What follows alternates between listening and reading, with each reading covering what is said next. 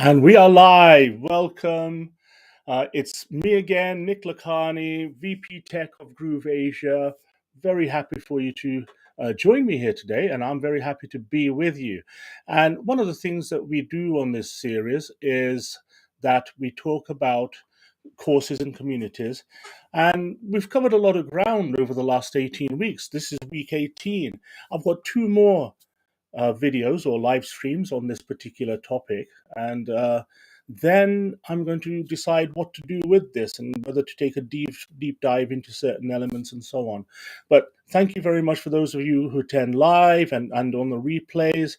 Please share hashtag live or hashtag replay into the chat. I'll be most grateful for that. Ask any questions that you wish or give me any feedback that you can. That would be brilliant. One of the things that we wanted to do with this was to make sure that we have an opportunity to discuss things at a slightly higher level, right? So one of the key things about this is about mindset. And also today, we're going to focus on not just mindset, but also vision, your ideas, how you think you can scale up your business. Therefore, you may have a business whereby you're starting out and you're working on your own, you're working with one or two other people or getting in some assistance to actually help you do things, but you're pretty much, on your own. Now, that's great to start off with, but what I want you to do is not just work inside your business. I want you to work on your business. I want you to be able to take a step back, look from a higher level, look down upon your business and see how you can actually build the platforms to help raise up the business, make it bigger. How big do you want to go? Well, that's where your dreams come in. Well, I tell you what we'll do. Let's take a look at this. And as I said, it's about this idea of having dreams, having vision, having ideas. Now, it may not always work out, but that's the beauty of being an entrepreneur. Um, you could go and build 1,000 businesses and only have a handful of them succeed. Once you have a business idea, one of the things that you can do is those people who fail in a business, it's an opportunity to learn. It's not a failure at all. So you win or you learn. That's a great way to look at it. Okay.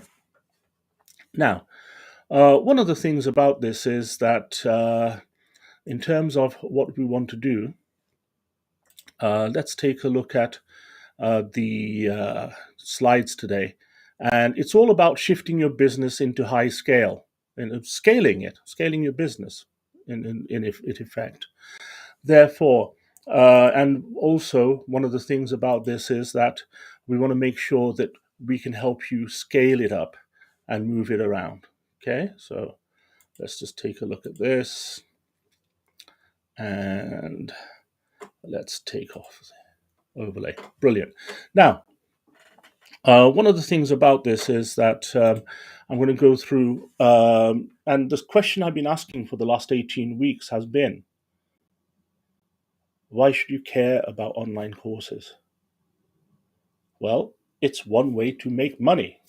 It's one way to leverage your skills, knowledge, and experience. It's one way to earn while you sleep, to get a little email saying, hey, you have a new sale. And also, in terms of the global market, online courses are increasing. They have been since before COVID, and COVID really took it to a new level. Now we're reaching further, higher levels than we have ever seen before in the history of the world. As you can see from this particular slide over here, one particular source actually projects that by 2030, that's only in 6 years' time, folks, in 6 years, it will grow to nearly 850 billion US dollars, that market. And every week I asked you, what would you do to get a little slice of that. Would that work for you? Is that interesting for you? Do you want to carry on with what you're doing? Be in your corporate job, be in your, you may be working with your hands, you may have a blue collar job, you may be not working at all, you may be a homemaker.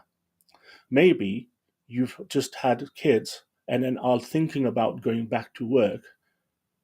Well, there are alternatives nowadays. And also, with the economy as it is, some of the jobs that you may be wishing to go back to may not actually exist. Therefore, this is a bona fide option for you. And not just because of skills, knowledge, and experience, but for passion as well. If you have a passion, you want to learn and develop in that passion, you can take an audience with you to learn with you. Okay? It's the journey. For me, it's about having financial freedom. It's about having the ability to be in a country where it's warm in the wintertime, whereas right now I'm in the UK and it's a little bit cold, I can tell you that. You have to scrape ice off your windscreen of your car, warm the car up before you get in it. What I want to do is very soon be in a position where I can actually go to India, Malaysia, Thailand, Bali, Singapore, and Indonesia, wherever, to go and spend 1, 2, 3 months. What is your reason for changing the way that you earn money, that you earn an income? Maybe it's retirement. Maybe it's paying hospital bills. Maybe it's paying for the education of your children. Maybe it's helping them put a deposit down on their first property. Whatever your reason is, you're here. Okay, let's take a look, shall we? Today, um, as I said to you a few minutes ago, we're not just talking about scaling our business. It's not just a kind of uh, clinical business speak. It's about scaling your dreams, having vision, and then being able to turn that into some sort of reality. And I want you to have a look at that and have that in your mind when you actually look at this. So the four main areas, questions we're going to cover here today are things like the, um, let's just go through here. Strategic foundations of scaling, the using systems and automation, using teams, using people, and I've got some specific examples about that. And also, finally, scaling through retention and also acquiring new customers more readily, using other people's networks, things like that. Okay. Now, in terms of what we're looking at here, in terms of the strategic foundations of scaling, yes, you want to have. I mean, we talked previously about having a plan, having an idea, getting things written down or put it onto a wall with post-it notes, whatever. However you plan, you've got to have a plan. You don't just get up and then do whatever you want every day and then expect to run a growing, thriving business. Okay. Therefore, the business principles are always there. You need to make sure that you produce some sort of service or product that somebody is willing to pay for, and that you collect on that on that payment. It's no good doing things for people and never invoicing them because you're too busy doing things for people. Then you're working for free. That would be bad. So therefore, you've got to have a business model that works. Then, once you have a business model, you want to see if you can make it scalable. And one of the things about this is to have a blueprint. And by that, what I mean is, think about, imagine you've been running your own business as a side hustle, and then eventually you're getting to a stage where you can actually make it your single source of income. At that point, just take an overview of where you are, how it is you're working, how do you see things going, and what are the dangers of not making the income that you used to in your previous role. What would happen if you don't make the same income? What if the income drops by 50%? What are you going to do? Are you still going to be able to pay your mortgage, your rent, your bills, put food on the table? I want you to have a blueprint, an idea, but also think about where you expend your energy. Because one of the things that businesses don't always do, entrepreneurs don't always do, they don't always see themselves as a cost to their business. Meaning, oh, it's just my time. You have to start thinking about yourself and your time being valuable. And if, for example, what would you scale yourself? Just because you may not be making so much of an income to start off with, it doesn't mean you say, "Oh well, my labor is worth $5 an hour, $10 an hour." You have to think about further down the line. What would it take for me to? What would I charge myself out at with the things that I'm doing for another business? Now that's different, isn't it?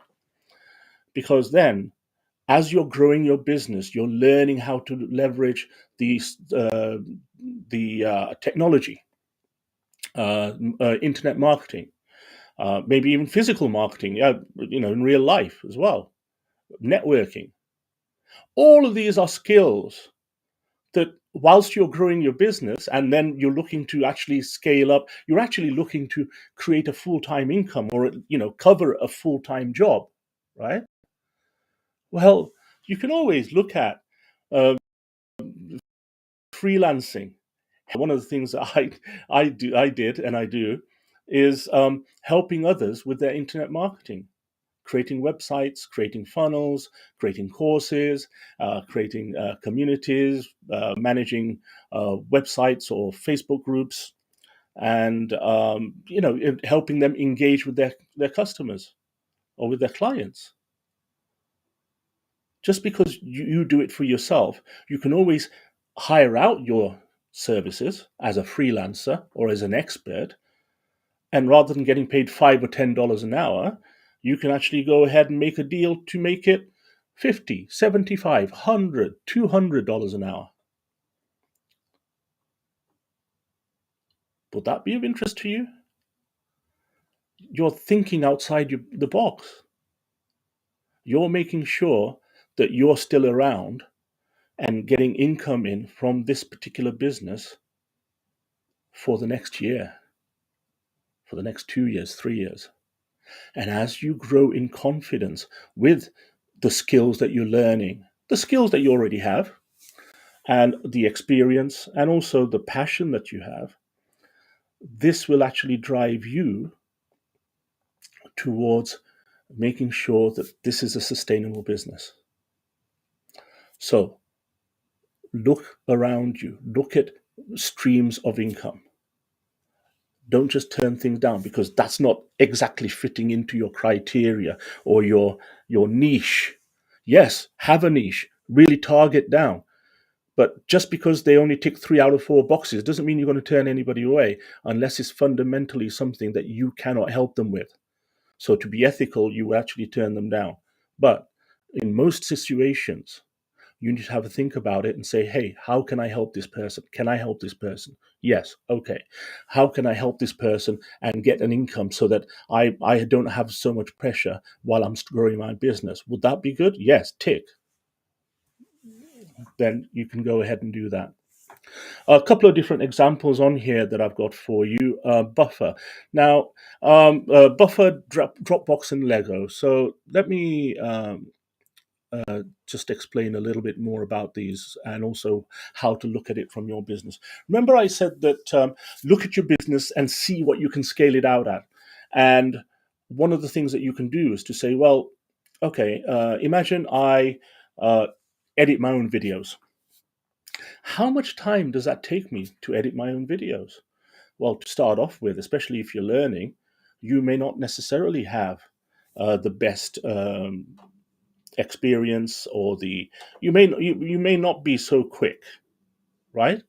You may not be so quick, and therefore, what you may want to do is to actually be in a position whereby uh, you can say, let's hire a freelancer. Let's hire somebody who's able to actually do this for me. What would that take? So you go through a process. And what you can do is you can go through, especially with websites like Fiverr and others there as well. Uh, there's a number of them. You can find a freelancer, but how do I know they're any good? Well, create a test. First of all, you need to say, what is it the kind of person that I'm looking for? When are they available? Because don't forget that they could be on a different time zone. Perhaps at 10 in the morning my time, or at 3 in the afternoon my time, I want somebody to be able to pick something up and run with it that day, every Wednesday afternoon, for example. Well, they need to be available at that time. So that's one of the criteria that you want to use. And so build up a profile of the kind of person that you're looking for. What skills do they want? What availability? What languages do they speak? What other skills do they have? And some of these websites will actually show you the array of skills that somebody has. Now, be careful, because if somebody has got all the skills, they may not necessarily be the right person for you, because they may be the video editing. They may do it, over a period of time, once a month, one video a month. They've had experience of over the last 2 years. That means that they've only edited 24 videos. Whereas if you get somebody who edits videos for 100% of their time, they've edited hundreds upon hundreds of videos, and therefore you would gauge and you would suggest that they are more experienced doing that. So think about the kind of person you look for, the profile. Look and see what other things they have on their profile. If they appear to do everything, then that means that maybe they're spreading themselves very thinly and just going after anything that moves. You want an expert who's going to guarantee you quality. And that's the next thing. How do you guarantee the quality? Well, I would suggest that you take previous streams or videos that you've created, for example, 1, 2, or 3, and have a little test. Now, you're going to have to explain to them, hey, I want to have a regular gig with somebody. I want to be able to have this, this, and this. And in order to do that, I'm willing to give you a test and, pay for your time, but a certain amount, and that the successful person will actually be able to edit 2 videos for me every week for the next year, or the next 6 months, or the next 3 months. That's the deal. So you can actually go and get them to edit a video with the style that you want, and with you need to convey the information, put it into a, like I said, put it into a brief. Don't just expect them to know what you're thinking. You need to give it to them in writing, and explain it face to face as well, so that they understand. Ask them if there's any ideas that they have that they can actually put into this, because some of the people that you get as video editors are actual professional filmmakers in their own country. They just haven't made it yet at the big leagues, and therefore you'll get a lot of ideas on lighting, on the surroundings that you record yourself in, and so on.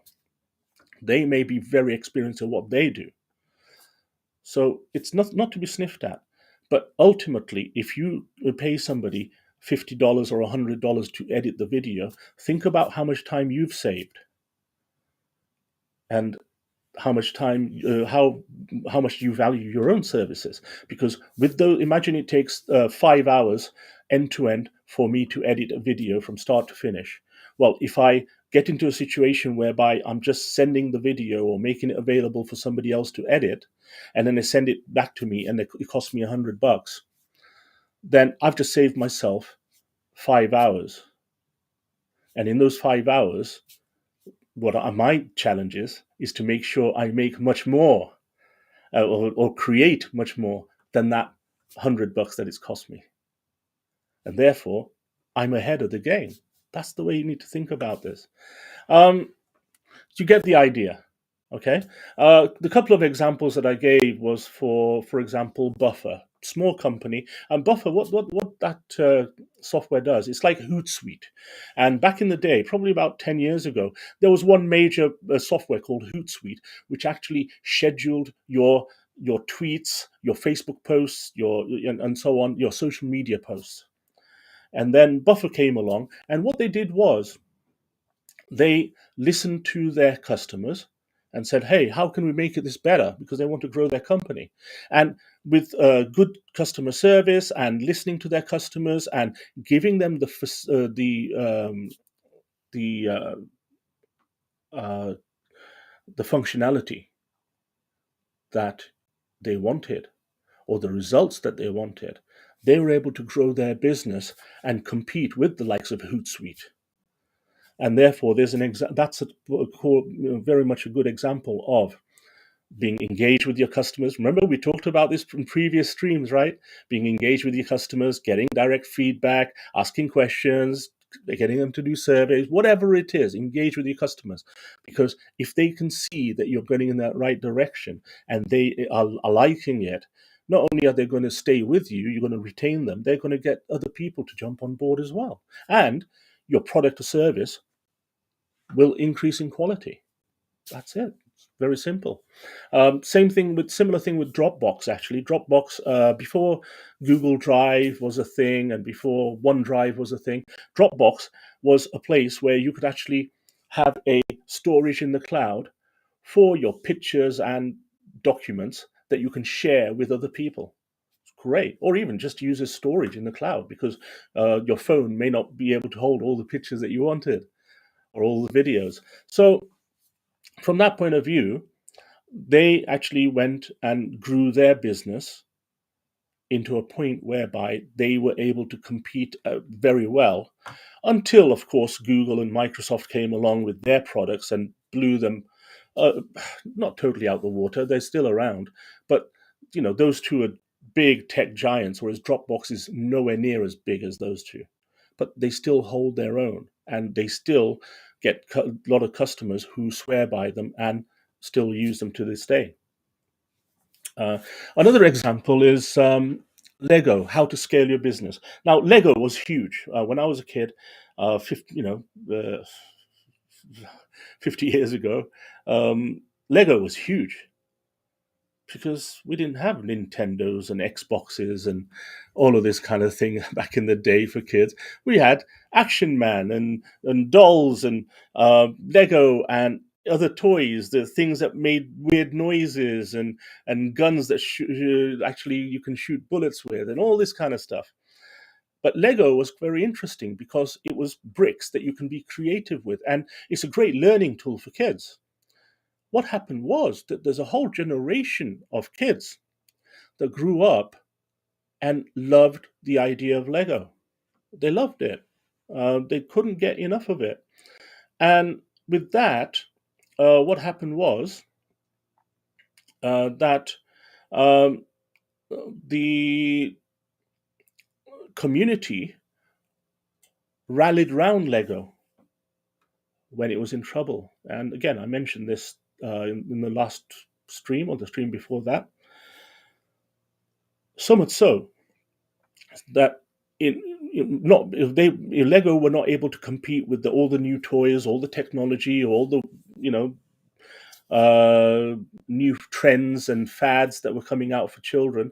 A lot of development, a lot of toys from the Far East that was hitting UK, USA markets. And but what they were able to do was to lean on their community of now adults who wanted to have Lego for their kids because it actually, as I said, it's a great learning tool, a great developmental tool. And they leaned into that community to help them save the business, turn it around, and actually then grow it back again.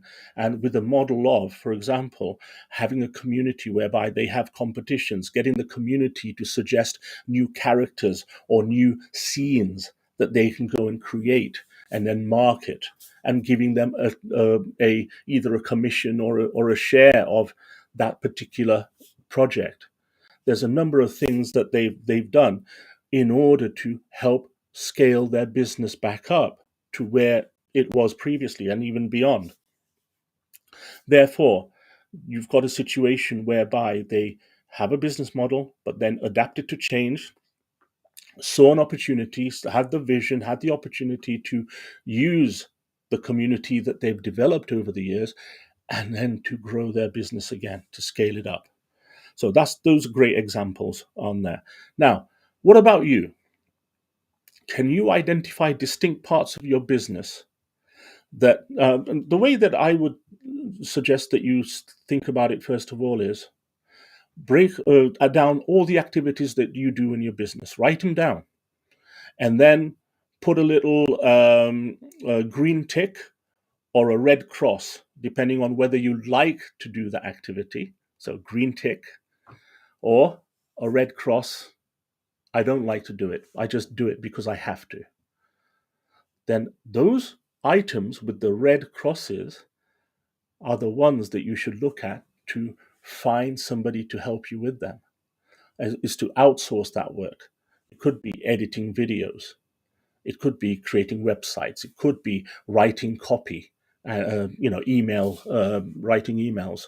It could be graphics, creating high-level graphics for your websites or your other advertising or marketing needs. There's any number of things. You know yourself what you like to do. You know yourself how long it takes you to do it. There is an expert out there that can do each one of those activities for you for a price. And you can decide to work with them and instill and ensure levels of quality, times, delivery times, etc. It's possible, absolutely possible now in this day and age. Okay. Now, in terms of the next item, which is efficient systems and automation, using technology to automate processes and reduce manual workload. Yeah, basically, it's just saving time using a bit of tech. That's what it is. A couple of examples I've got in there: Zapier and McDonald's. Well, let's just talk about this. One of the things that I've been banging on about, and I do this all the time. I help businesses systemize their business to go online. And the reason I do that is because inevitably their investment into my services, they make back on the fact that it saves them time, effort, and money. I'll give you an example. One of the things that I do for people is they say, yeah, I've got a website. I've got a WordPress website or a Squarespace website or any other website. And they pay a monthly or an annual fee to actually have it. Brilliant. They also have some funnels, right? ClickFunnels or whatever it is. And again, they pay a monthly fee to actually have that, so that they have some funnels where people come on a landing page, and then they go through the system and through email marketing and other tactics as well. They get a number of people purchasing their products or services or courses from them. Brilliant. They also have things like Kajabi and Teachable and other software where they can create online courses and even then market them there. Great. Well, that's another $50, $100, $200 a month that they're investing. So there's a number of things in there that we all have tools. You have tools right now. You have your phone. And if you, for example, you tell me, or I ask you what the cost of your phone is. If you say, "Oh, it's only $50 a month," I said, "Well, no, it's not. It's a 24-month contract, so it's $1,200. Have you thought about that? Sometimes the contract actually excludes data if you go over a certain limit, and then you have to pay more. So think about that as a cost. Think about the courses that you have, the websites that you have. Think about it in annual terms. How much does it cost you? Okay. Then one of the ways in which you can actually invest is to actually be smart in the use of technology. Nowadays, technology is so advanced and so uh, available and so simple to use compared to even 5 years ago, let alone 20 years ago. Compared to 5 years ago, the systems that we have now are so much easier for you to manage and so much more powerful as well. Therefore, nowadays, for a business, the first thing I would ask is, what platform are you working on? And they say, oh, well, I've got this, and I've got this, and I've got this, I've got this. Okay, let's add them up. How much do you pay per year or invest per year into those marketing activities? And then I offer them Groove. It does everything that they already do, but there's a one-off fee, one-off investment, a lifetime deal, and they don't have to give a monthly or annual fee. They've already invested in it for a lifetime. Right. So that one question there, actually, gives them a return of anything up to 5 or 10 times my fee that I that they invest with me. So, and plus also the other things as well. For example, you can have tools nowadays that will help you line up and schedule your uh, software posts, your social media posts, things like Buffer and so on. And there's others available on the marketplace as well. I'm always on the lookout for software that really works. So, for example, I've got Socialmonials now, and that looks really good. And I paid a one-time fee for it. Brilliant. I think that was like $67. Okay, great. I'm happy with that. So there are always ways and means, but you've got to get the right tools. And also, if you don't feel so confident with the tools, then you've just got to get a little bit of advice. Okay, that's it. That's what you've got to do. But then you make a decision as to, this will give me this. What's the outcome for this? And who's going to manage it for you if you're not going to manage it yourself? That's the question to ask. Um, so this kind of manual workload, steps that you use, things like Zapier. Zapier what it does is it says, right, if, for example, I get an email, then if I do this action, I want it to automatically trigger something else. So, for example, you can actually have, for every new contact on LinkedIn, I want to be able to send them a message. I also want to get their name, address, and any other contact details put onto my CRM, and so on. You can actually have, for example, I used to do the scanning of business cards. I did a lot of networking in physical locations. So scan a business card, find out the company name, the telephone number, the email address, put it into the correct places into my CRM, and it did it for me automatically. And then I set up Zapier to actually go send them a courtesy email saying, hey, my name's Nick. I met you today. I'm so happy to have met you today, blah, blah, blah. Here are my contact details. And I would love, if we can keep in touch. Maybe here's a link to my LinkedIn profile. And, I would love to connect with you on there. Things like that, or whatever it is that I send to them. It's automatic happenings, automatic processes. And not only Zapier, back in the day used to be if this, then that. And nowadays there are other software tools out there as well. There are a lot of tools out there. Again, find the problem first, find the issue first, find the drain on your time, or the things that you don't like to do, and then find a solution for it. Okay. So Zapier is a good example. They worked with their community. They found out, hey, do you happen to uh, have a plugin or a link to Zoho CRM? Oh, we don't. But you know what? Give us a month, and we'll get one for you. We'll get one working for you. And then they did, and so on. So what they did was they listened to their customers and were able to grow their business because they were responsive and they solved people's problems. They took away a lot of um, admin. They saved a lot of time. Things like McDonald's. McDonald's. Why have I got McDonald's there? Well, big business, obviously, huge business, and the model they run at the right now, they have franchise restaurants and so on, but they own the land, right? They make a lot of money that way. But nowadays, previously they had software that they used to have, the tills and so on. Now you have the software that not only can you use your mobile phone to order your meal and then go and wait in the car park at a designated spot, and they'll bring the meal to you. You don't even have to get out. You don't even have to go through a drive-through. And also, with the onset of AI, you've got a situation whereby they've started to open up restaurants where they literally do not have anybody working in them. I don't know how they actually make the food, but I suppose they need to have one or two people on site just to make sure things are working. But in essence, everything is automated.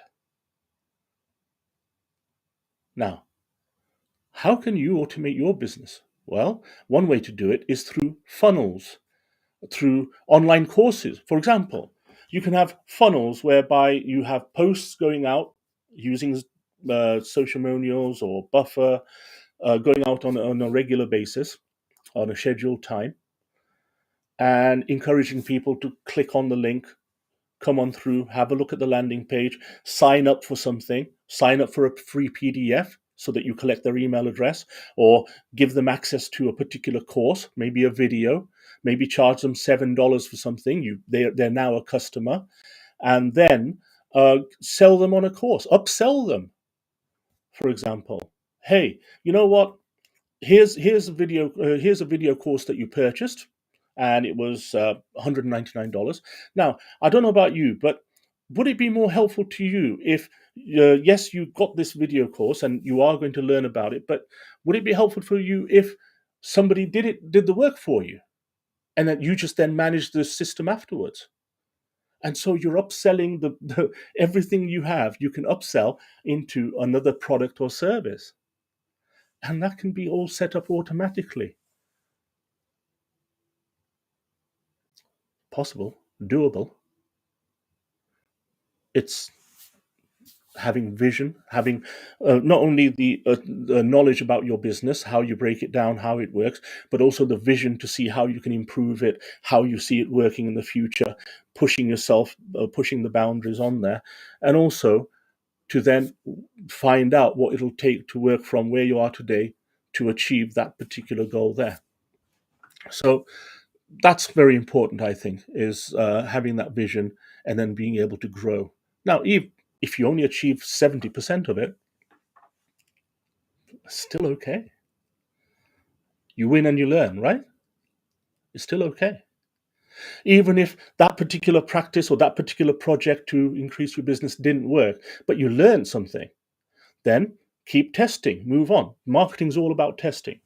Okay. Now,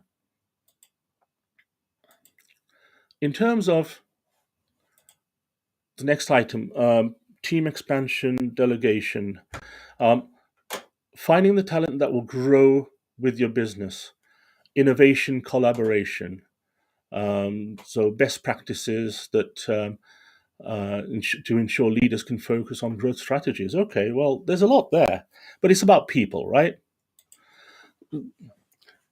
Businesses and growth is about the people that you bring in to help you. I'll give you an example. We had a physical business. We had a software business, and when I joined the company, I was the fifth. Well, I wasn't even an employee. I was like taken on as a independent contractor or a freelancer before I got made permanent, because the company was growing, but they couldn't afford to take me on at the time.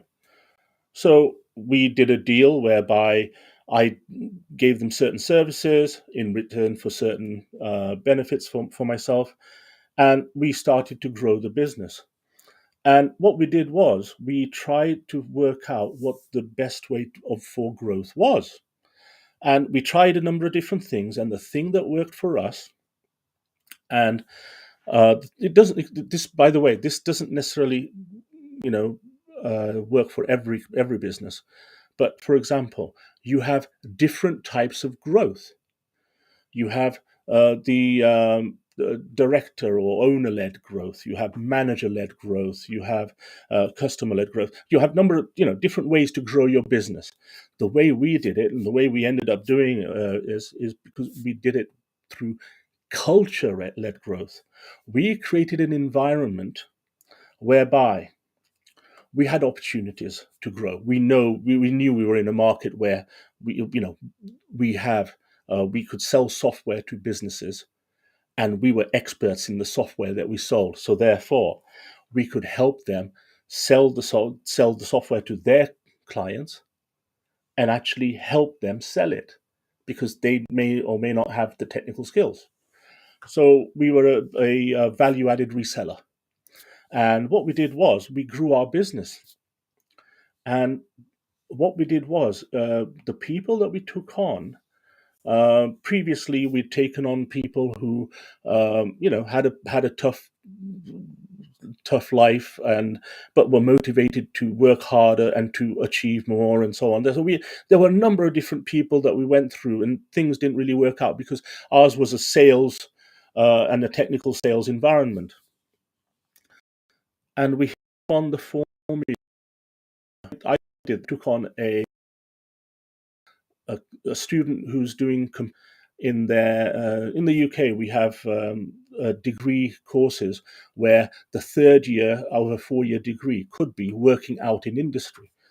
And what I did was, for a year, I got a student in who's in his third year, and we pay them. It's not an intern; they're not free in the UK, but we paid them, trained them, and within 4 or 5, well, within a month, he was able to help me and to started saving me time. And the more I trained him, the more he was able to help me. So much so that I actually offered him a job. Don't go back to finish your degree. Just stay here. I'll offer you a great deal, a great package. And that didn't work out. His parents wanted him to finish, and he wanted to finish a degree, etc. However, we learned from that. And what we started to do then, not just for the technical recruits, which was my side of the business, but also on the sales side and also on the marketing side, we started to take on fresh graduates, wet behind the ears, straight out of university, because they were untainted. They didn't have the bad habits that the previous people that we hired had. They were moldable. And we got the right characters in, the right personalities. We created an energetic vibe on the floor of our business. In those days, at that time, 3 of us were over 35. Everybody else was in their early 20s, because we were taking on raw graduates, 21, 22, 23. And we created this vibe, the culture, working with each other, teamwork, and in a sales environment, that is very challenging, by the way. And so much so that we created an environment where we enabled them to grow. We enabled them to actually grow our company and actually increase the boundaries. We gave them the opportunities. That was the key. For example, on the technical side, the recruits that I took on, they started on their starting salary. But then if they hadn't, and I put into place increments to their salary, So much so, I said, well, if within 3 months you do not achieve this, then you do not pass your probation. But I would increase the salary by nearly 50% in those 3 months. So, were they motivated? Yes, but also we provided the training for them. We provided the environment for them. We provided the customer issues for them to help solve, and we enabled to actually accelerate their process. Now, the kids that we took on would have been anyway without us, but we accelerated it by 5 or 7 or even 10 years for them because we just wanted them to grow. We didn't want to give them a shoebox to sit in, a little box. We said, this is a play area for you.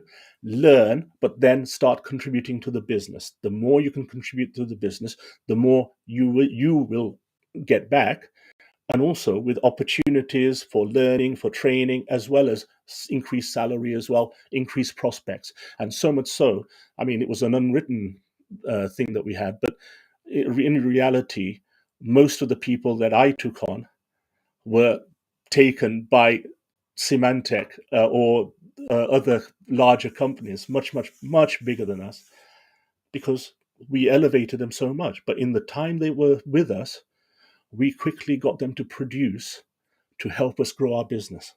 We identified certain key areas and we pushed. And with the culture that we created, we grew the business. But that was because we weren't afraid of that.